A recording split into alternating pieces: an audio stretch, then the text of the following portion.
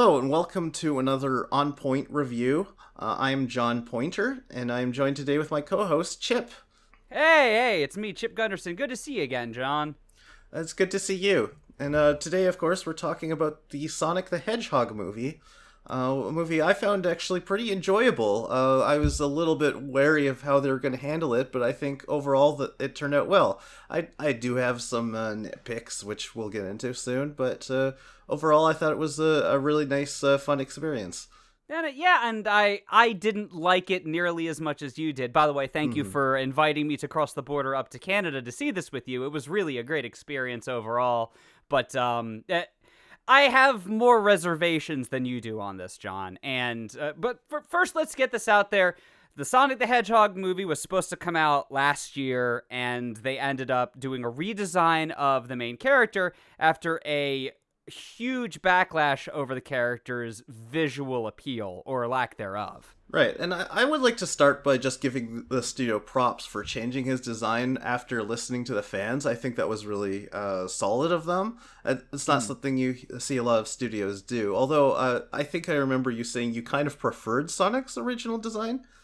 So, you know me. I'm a fan of the kitsch and the camp, and I also am a big horror fan, so I'm hoping that for the Blu-ray release of this, that they'll couple both versions, the theatrical release as well as the same movie, but with the old model in there. Because I can appreciate both the high and the low of our society. I love the great and the terrible. So, it was a bit of a letdown for me in that one aspect because, you know, the same way you look at Roger Corman's 1994 ashcan version of the Fantastic Four movie, that those things are fun, but in a terrible way. I was hoping that the Sonic the Hedgehog movie would be like that in the same way. I will still give them props for doing what probably no other studio or video game produced studio would do, and going back to the drawing board and getting rid of those nightmare baby teeth. I do kind of agree with you that I would like to see a Blu-ray release with both versions. I think it would just be interesting from a point of analysis to see how they differed, and I think some people might actually prefer the original design. It would be good to have that option for them. Absolutely. I have always loved Mario and Sonic from way back when I was a kid. I grew up with a Nintendo. My cousins had a Genesis. When I'd visit them, we'd play each other's games. And I actually went to see the Super Mario Brothers movie with my grandfather just 2 days before he died, and it's something that I always kind of hold very close to my heart. I wish he could have been around to go with me and see the Sonic movie, because I think he would have loved it. Now, an absolute tangent, I went to go see Indiana Jones 4 2 days after my dad died, and that was something that he and I and my brother were supposed to go see together, and honestly, I think he got the better end of that deal. Ouch. Dying with the knowledge that it was still a trilogy and not having to see Kingdom of the Crystal Skull. So I'm much more negative in terms of perspective on this, but let's, you always want to take the good news before you hear the bad news, so let's hear your side first, John. Oh, well, I just think it's a pretty nice, family-friendly action romp with some colorful characters, and it doesn't bore. There are a few things about the plot that I found confusing. Well, I'm curious, when you say colorful characters, obviously you're talking about both the CGI Sonic as well as Dr. Robotnik, played very capably by the Mask himself, Jim Carrey. Mm-hmm. Yeah, both of those are very nice. Even some of the side characters, there's this one character. It doesn't have a name. She in IMDb it just lists her as SUV driving mom or something like that. But she seems to turn up all the time in this movie, and she's always gasping and dropping her groceries. So it's funny how even minor characters are very colorful in this movie. Now, I had a very nostalgic attachment to that because I thought that was supposed to exemplify, for those of us that got Sonic the Hedgehog as kids, that was our mom being frustrated at us constantly asking, "Mom, can I have Sonic, please?" That's a really good point. I didn't think of that. I was a little bit confused because the villain played by Jim Carrey was named Dr. Robotnik.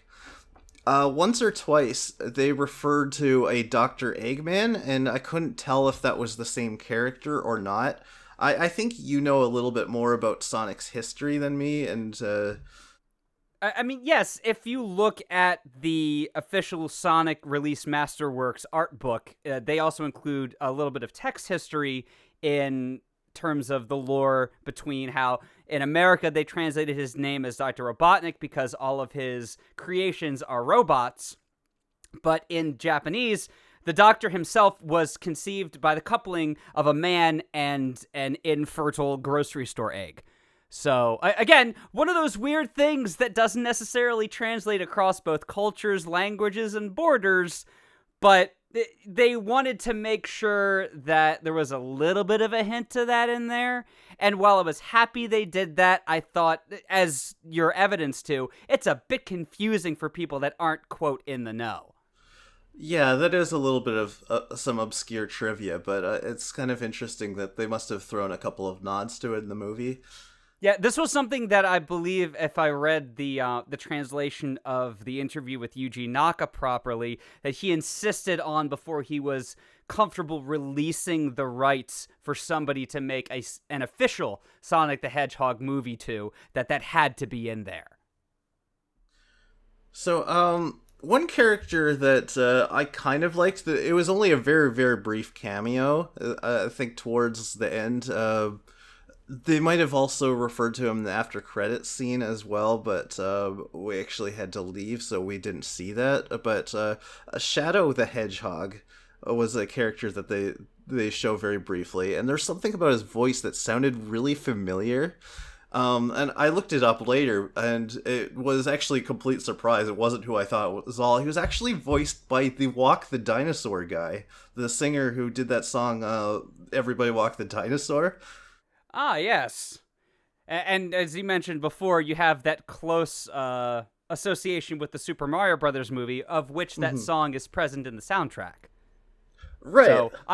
So for you, I'm sure that was like, oh wow, video game movies are now starting to tie together. Maybe they're going to eventually do an Avengers-style gathering. Instead of it being Sonic and Mario at the Olympic Games, it would be a little bit more epic than that. Right. Well, like Nintendo now actually has a lot of the rights to a lot of Sega characters, so we could see something like that happening very soon.